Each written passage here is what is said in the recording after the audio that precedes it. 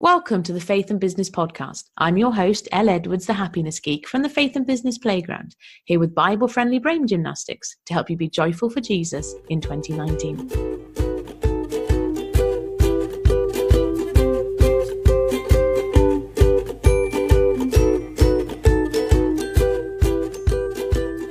In today's episode of the podcast, we are celebrating 100 episodes. Well, I'm celebrating 100 episodes. Woohoo! I don't have like streamers or whatever.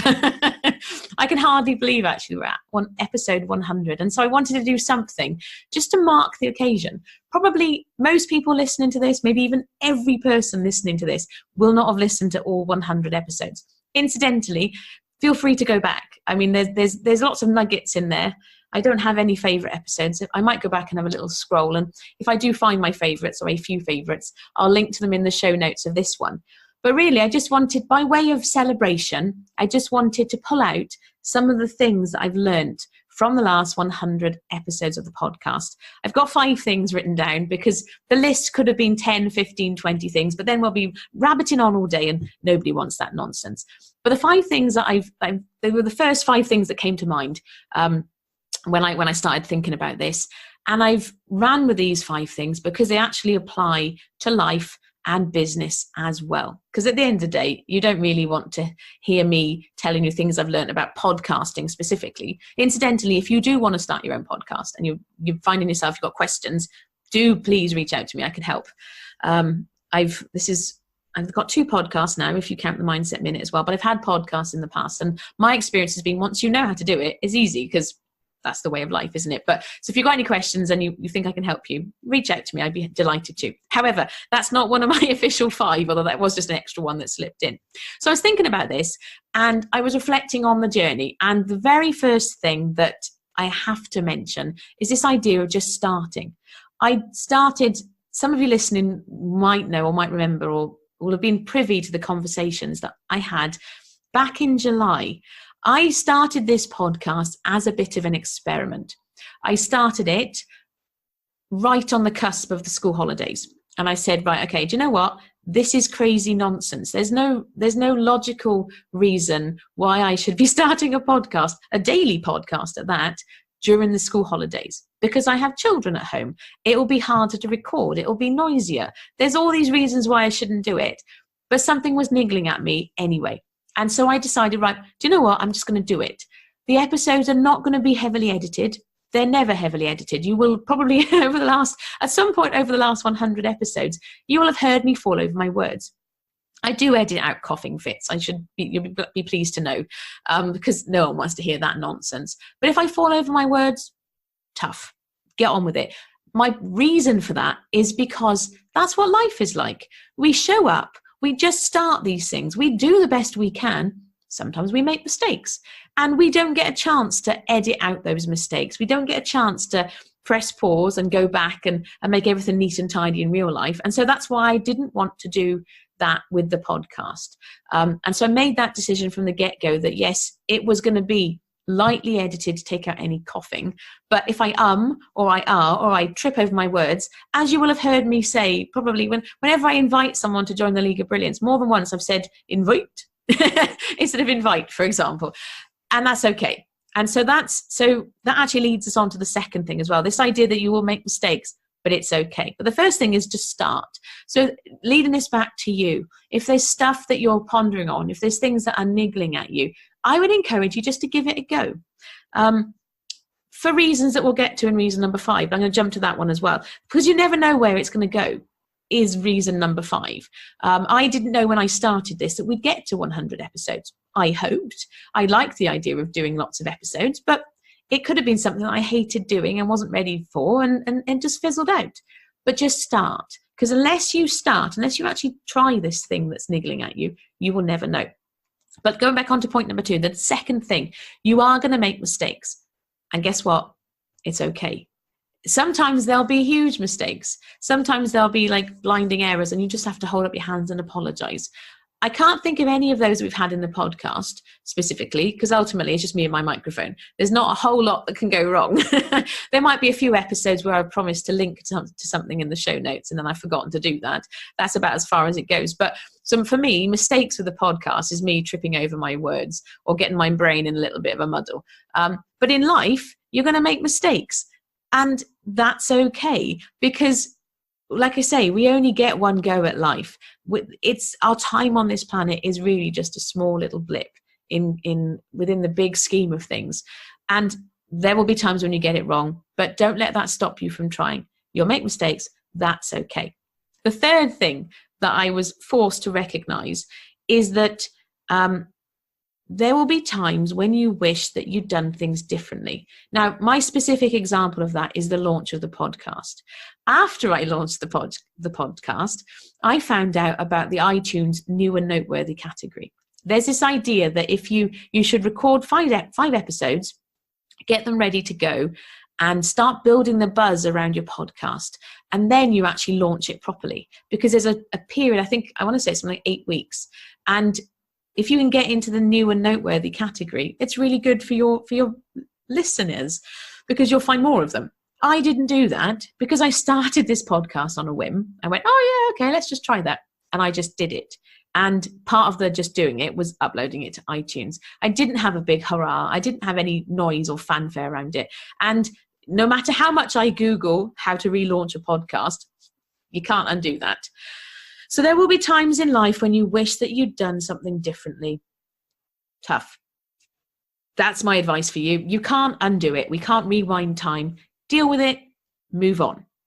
If it's something really big and catastrophic, then yes, that tough deal with it will be harder than other times.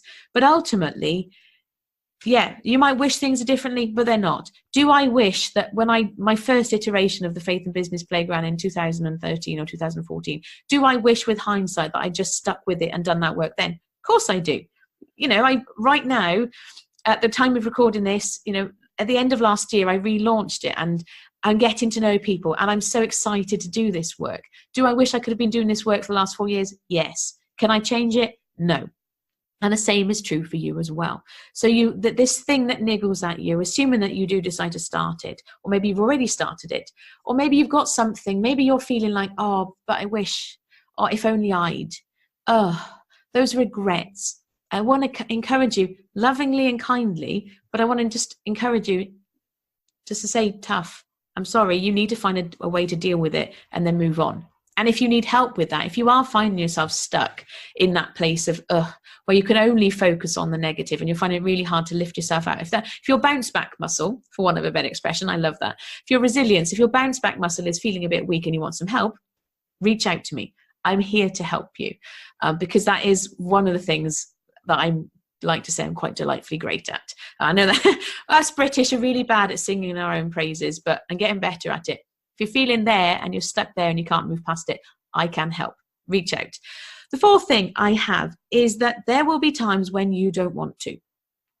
I had made the conscious decision that I wanted to take the whole 2 weeks of Christmas while the children were off school. I wanted to be not working too much, other than, maybe posting videos a little bit. But I didn't even really do that. I didn't want to be online all the time over the Christmas holidays. I didn't want to be working at all, really. I just wanted to enjoy the time with them and the family time. And so then I thought, well, okay, that's fine, but I don't really want the podcast to stop. And so then a few weeks before Christmas, like maybe 3 weeks before Christmas, I made a conscious decision. Okay, I'm going to batch record 5 weeks worth of Mindset Minutes, and I'm going to batch record the podcast. And I started it and I was like, there was one day in particular where I can't remember how much of it I did, but I felt like I spent the whole day just looking at my microphone, talking to myself. And you get halfway through something, you're like, I don't want to do it anymore. And that's the reality. As much as, even if ideally the stuff that you're doing on a day-to-day basis, even if you love what you do, like I love the podcast, and I'm excited to grow the podcast in 2019 so I can reach out to more people. I'm one of these people that may not surprise you. I'm a bit of a talker. I love talking. And so I'd love to share, and I've got opinions on lots of stuff, and I have thoughts on lots of stuff, and I'd love to share that with more people. So I do love doing the podcast. But even as much as I love the podcast, when I was right thick in the middle of lots and lots and lots of episodes, I was a bit like, really? And that will happen with you as well. Even when it's things that you love doing, there will be times when you don't want to. And there's two ways to approach this. This is when it's really important to go back to your why.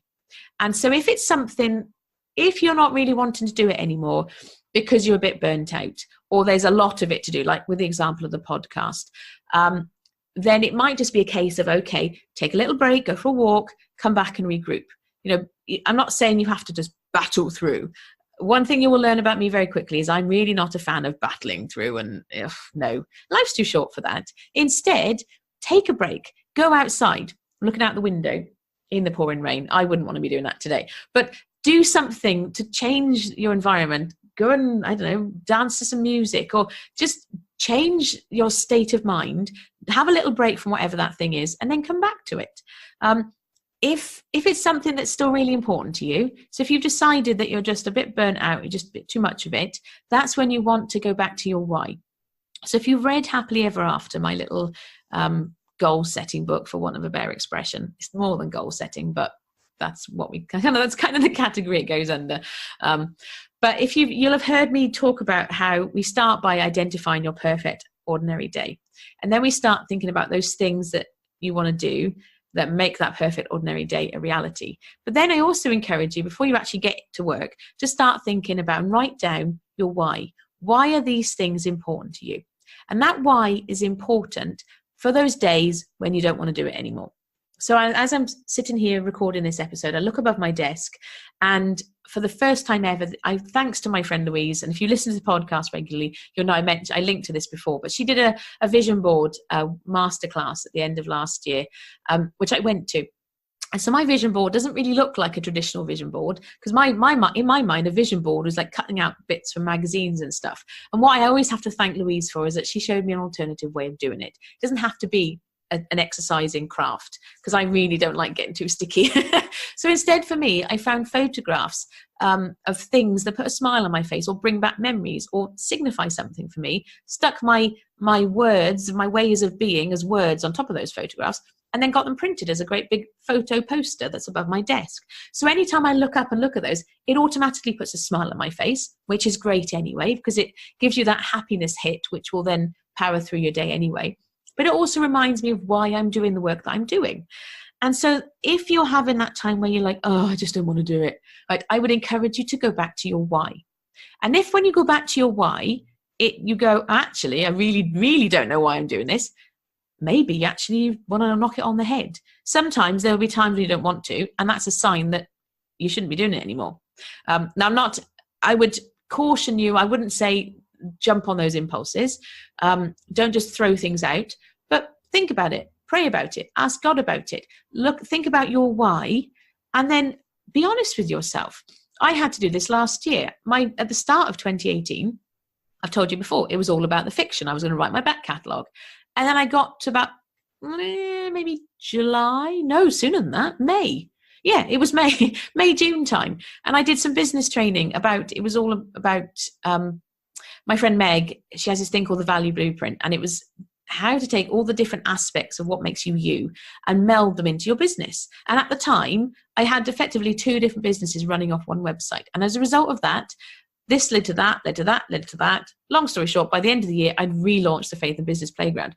But you can't do everything. And so I was forced to identify, actually, although I started the year with the goal of writing my fiction back catalogue, I had to adjust that. That's why I love quarterly goals. That's why I will always advocate, yes, have big picture stuff, but the more detailed, the more granular stuff, think quarterly. Yearly is too much. But if you have then, pondered on it, if you don't want to anymore, and then having reflected on it and prayed on it, it might just be that you need to tweak things and it's something you don't want to do anymore. And you actually need to stop forever or for a time, depending on what that looks like.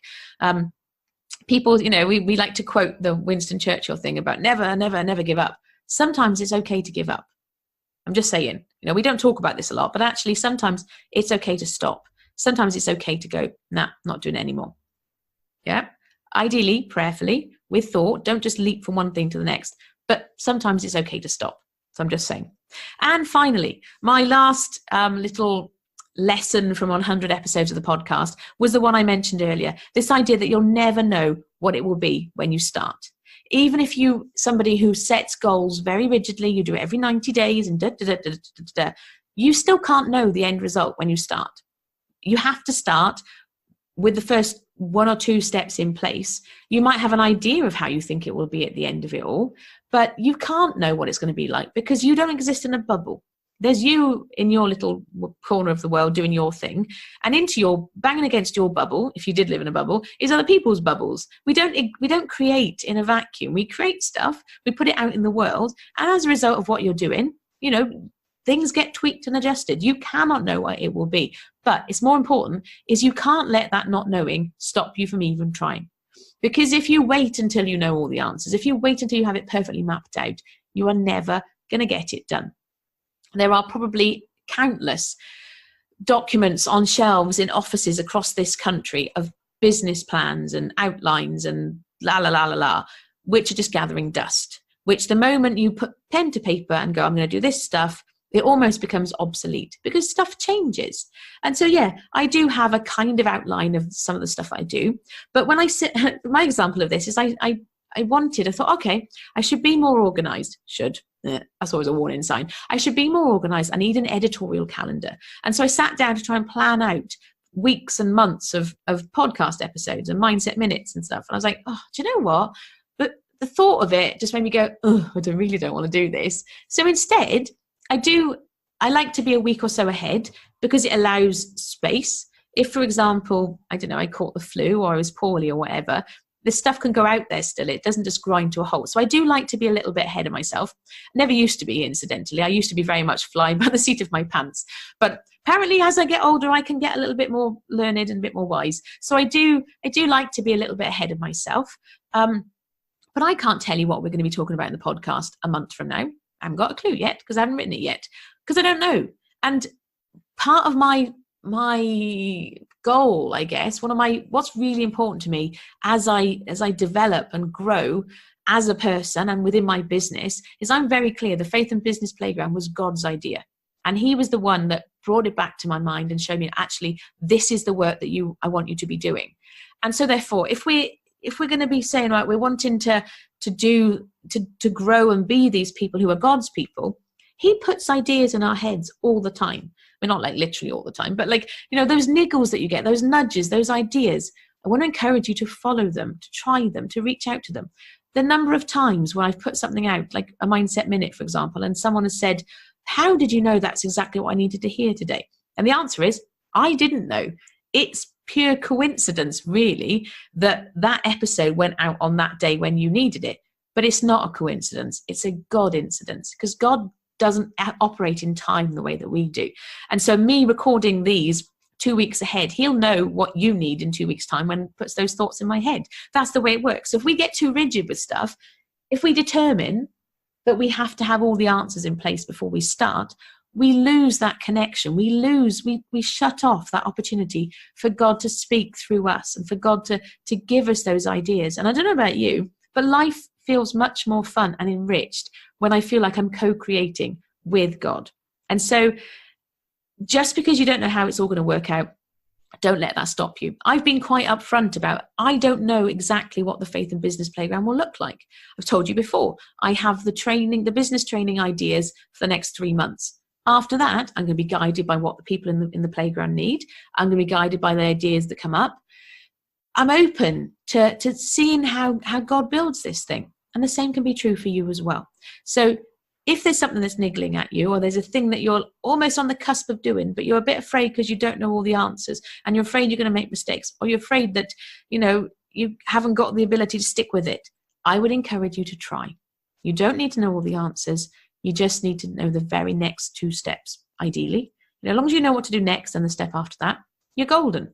So give it a go and see how you get on.